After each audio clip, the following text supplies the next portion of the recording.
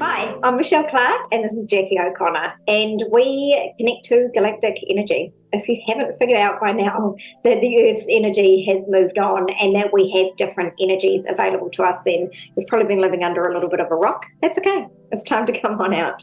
So we're going to share a little bit of our stories with you. We're perfectly normal people with immense qualifications and total normal lives, and we have solid businesses that make lots of money. We are not off the planet people, but we do connect with other planets and we activate other people to figure out how they connect with the energy from other planets as well.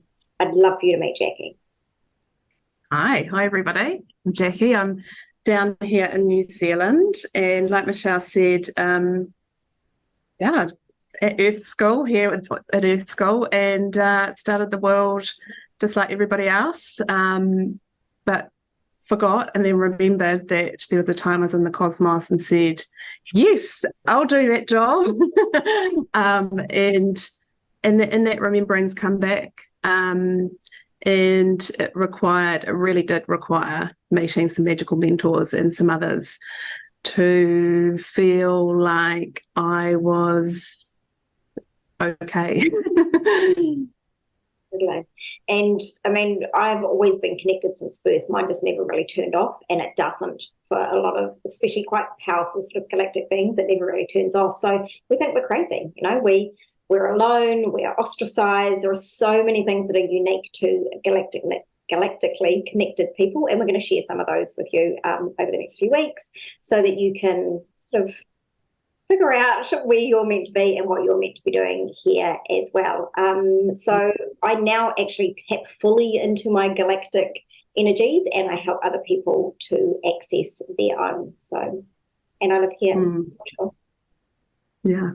And then, but you could also be like me, where it was switched off. So it was on, and I got away with it being a little girl, and being connected to outer worldly beings, and then but it was quickly kind of medicalized and switched off. So I'll be sharing that story, totally open to sharing that story, because the more and more I share that story, I realize it's so many more people's story.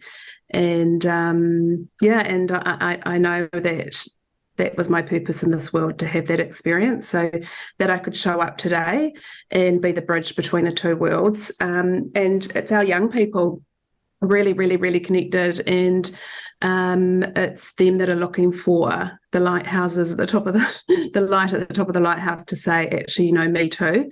You're okay, and we've got the recipe, we've got the answers, we've got the support, and it's pretty epic. Like it's cool. It's really cool.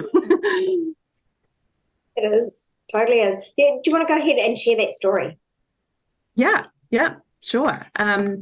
So for me, my first living memory is actually waking above myself in a cardiac procedure as a 4-year-old, and for a long time it's just a split second, and then as I've kind of evolved, grown up, I can remember more of that story.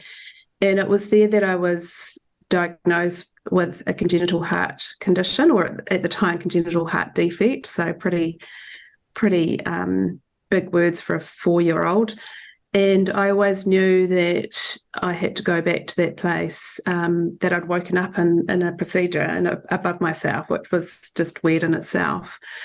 But pretty amazingly, I developed these coping mechanisms, or sort of protector parts, so that I could, each time I thought about it and thought about that freaky thing, I could survive. So really sort of survival techniques as a young child. And but through that time, I also experienced quite an out-of-body experience. So I would be in what I would call my parasympathetic nervous system, so quite calm.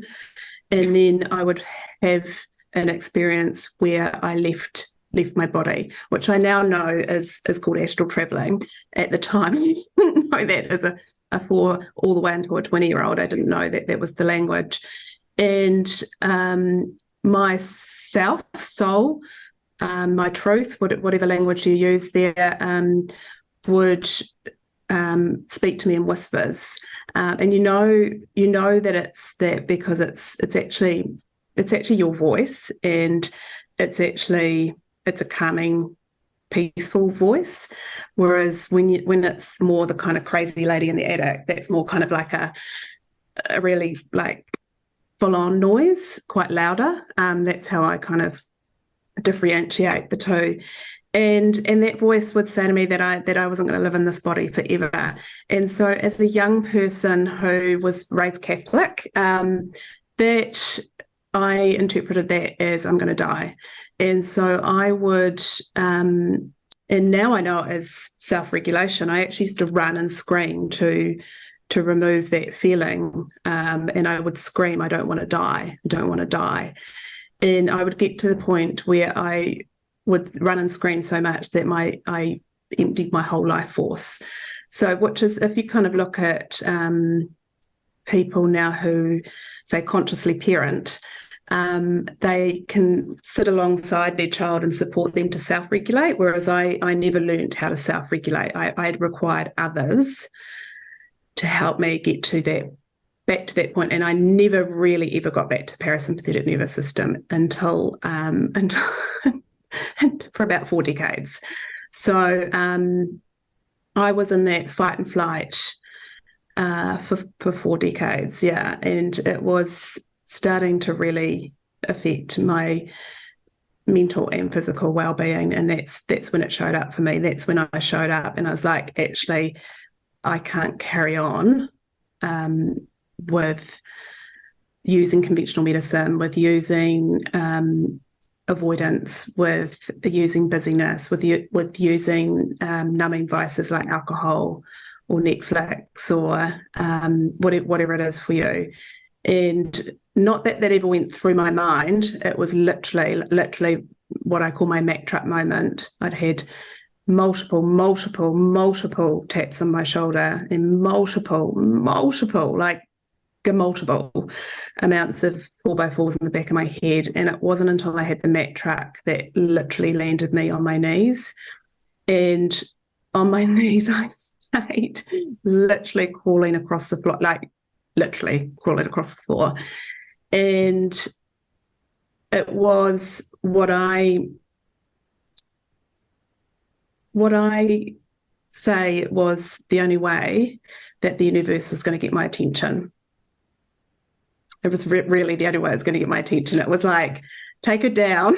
We're going to take this girl down to build her back up again. And down I went. And it was then in those times where I literally, I just didn't have any life force left in me. I couldn't access the energy to drink alcohol. I couldn't access the energy to be busy. I was a runner. I didn't have the access to run. And so that's when my whispers returned. And I thought I was crazy, definitely 100% thought I was crazy. And again, I was reaching out. I felt really lost and alone again. I literally felt like I was swimming in the ocean, and I was looking for a mothership. Like, there's got to be a mothership out here. And every now and then I would sort of find a little lifeline, and I would think, here it is, it's here. And I would start to feel safe, and like I could let down my defenses, let down those protector parts, and really speak into my truth, into what I was feeling. But each time I sort of felt like it wasn't secure and safe, and so I would shut back down again, and then I was kind of living between two worlds, really living between two worlds. I was kind of like, oh, this is enough. This is good enough. This is like everyone else is doing good enough. This is good enough. But there was just something. I mean, I thought, no, I really want more. I just want more. And I just keep following breadcrumbs. And I talk to this about the visitors that come to me, and my business is Heart Place Hospital. So the visitors that come to me, I'm like literally finding the breadcrumbs. And I think the breadcrumbs were all my nervous system could tolerate. Like any more than a breadcrumb, I would have imploded. And now, so I'm 7 years in. They're now gold. Well, they were gold nuggets, and they're now gold boulders. And I want gold mountains. Like I want this and more. And so when I do get tripped up and I end up on my knees, which actually does still happen, I'm just kind of like, yay. What now? Where am I going now? Yeah.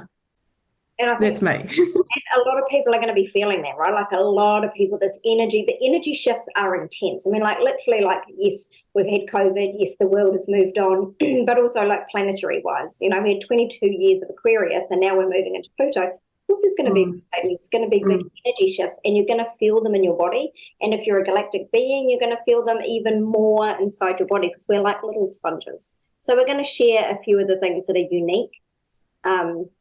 We call ourselves aliens. Not really. Yeah. Honestly, we are human beings. We have a physical body that you can see. We have houses and husbands and children and businesses.